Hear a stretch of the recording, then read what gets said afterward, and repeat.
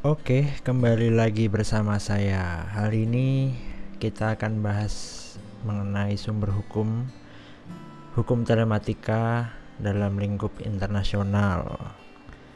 Kita akan bahas dulu bagaimana sih sejarahnya di dunia internasional itu.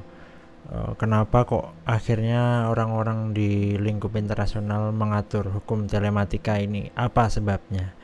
Ya, itu akan kita bahas dalam sesi ini. Kita akan cerita tentang sejarah internet dulu. Internet masuk pertama kali di Amerika tahun 1969. Ketika itu ada riset yang dilakukan oleh US Defense Advanced Research Project Agency, DARPA. Nah, riset itu untuk mencari gimana ya cara agar sejumlah komputer itu bisa disambungkan dan membentuk jaringan. Itu sejarah pertamanya. Kemudian istilah dari proyek itu adalah ARPANET. Tahun 70 setahun setelah ARPANET ini diluncurkan programnya, ada 10 komputer yang sudah dicoba untuk digabungkan dengan jaringan dan berhasil, sehingga 10 komputer tersebut bisa saling berkomunikasi dan membentuk sebuah jaringan. Proyek ARPANET ini akhirnya pada tahun 73 dikembangkan keluar Amerika. Komputer yang menggunakan jaringan setelah Amerika pertama kalinya adalah komputer di London. Jadi Amerika penemunya disebarkan keluar, digunakan oleh University College di London. Pada tahun 1979, lebih dari 100 komputer berhasil disambungkan dengan sebuah jaringan atau disebut juga network. Pada saat itu juga sebuah tim terdiri dari Tom Truscott, Jim Ellis, dan Steve Belovin menciptakan grup berita. Tim yang terdiri dari 3 orang tadi menyebut dirinya dengan nama Usenet, U-S-E-N-E-T, Usenet.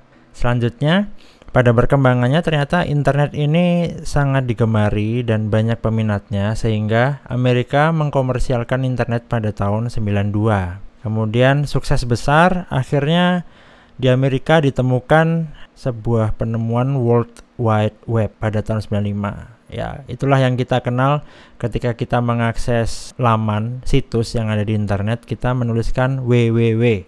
Nah, ya, kemudian dilanjutkan dengan domain name-nya www.google.com.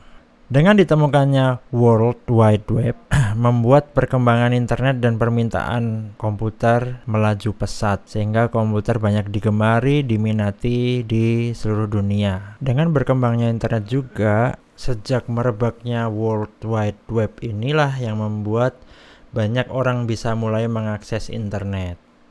Jadi seluruh dunia sudah mulai bisa mengakses internet. Data-data yang terkirim berjalan dari komputer satu ke komputer lainnya dapat diambil oleh orang. Banyak yang menyebut sebagai cyber criminals. Memang sudah lama ada. Nah, cyber criminals ini dapat mengambil personal information, informasi personal yang sedang ditransmisikan. Dan pada masa itu memang belum siap. Orang-orang belum tahu cara menggunakan internet, cara menggunakan teknologi yang ada internetnya, seperti itu.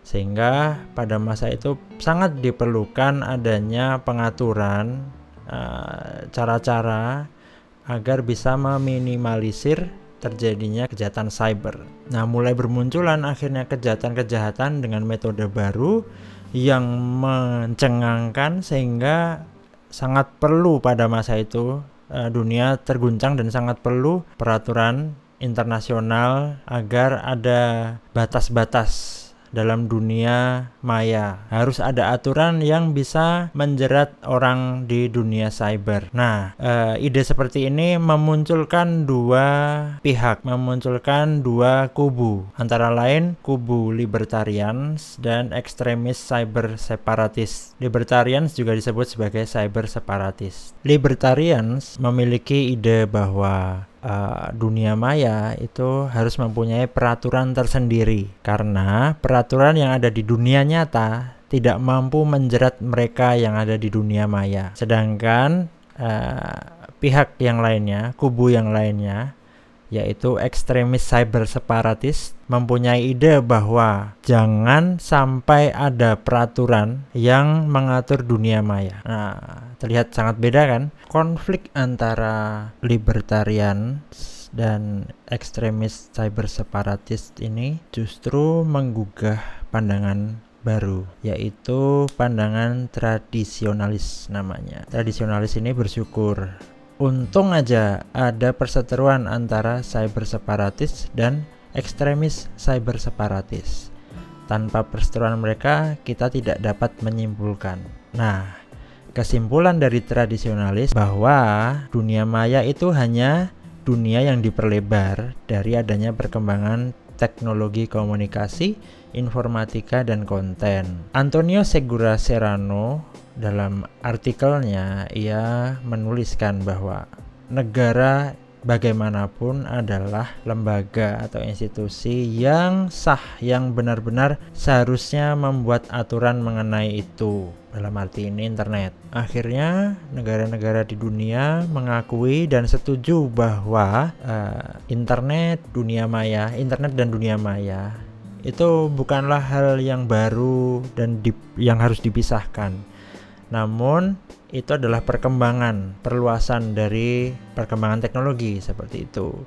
Jadi internet bukanlah sebuah dunia baru yang harus mempunyai warganya sendiri. Oleh kaum libertarian disebut sebagai netizen, istilahnya seperti itu. Jadi lebih baik memang ada peraturan yang mengatur tentang dunia cyber. Adanya ide untuk segera mengatur peraturan tentang dunia cyber ini juga dipengaruhi oleh adanya kejahatan. Awalnya hanya pengambilan data langsung dari komputernya, kemudian berkembang mengambil data dari komputer lain ke salah satu komputer yang dituju, berlainan tempat, artinya dari tempat yang berbeda.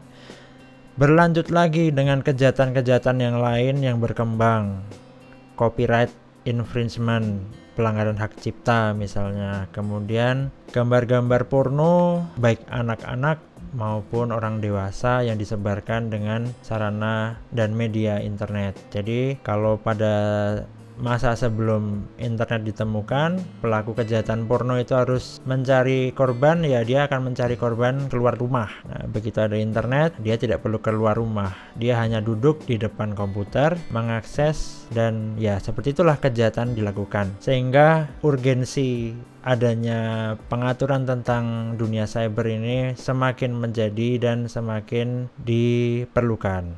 Selain adanya kejahatan-kejahatan yang berkembang tadi, perumusan hukum internasional mengenai cybercrimes itu juga didorong oleh peristiwa 11 September 2001, yaitu pemboman gedung WTC yang ada di Amerika oleh teroris. Nah, yang semacam ini mendorong penandatanganan Convention on Cybercrime. Convention on Cybercrime ini mencakup antara lain segala kejahatan yang dilakukan menggunakan internet atau komputer network, dan biasanya berkaitan dengan pelanggaran hak cipta. Kemudian segala penipuan yang menggunakan komputer, kemudian pornografi, dan pelanggaran atas keamanan jaringan komputer.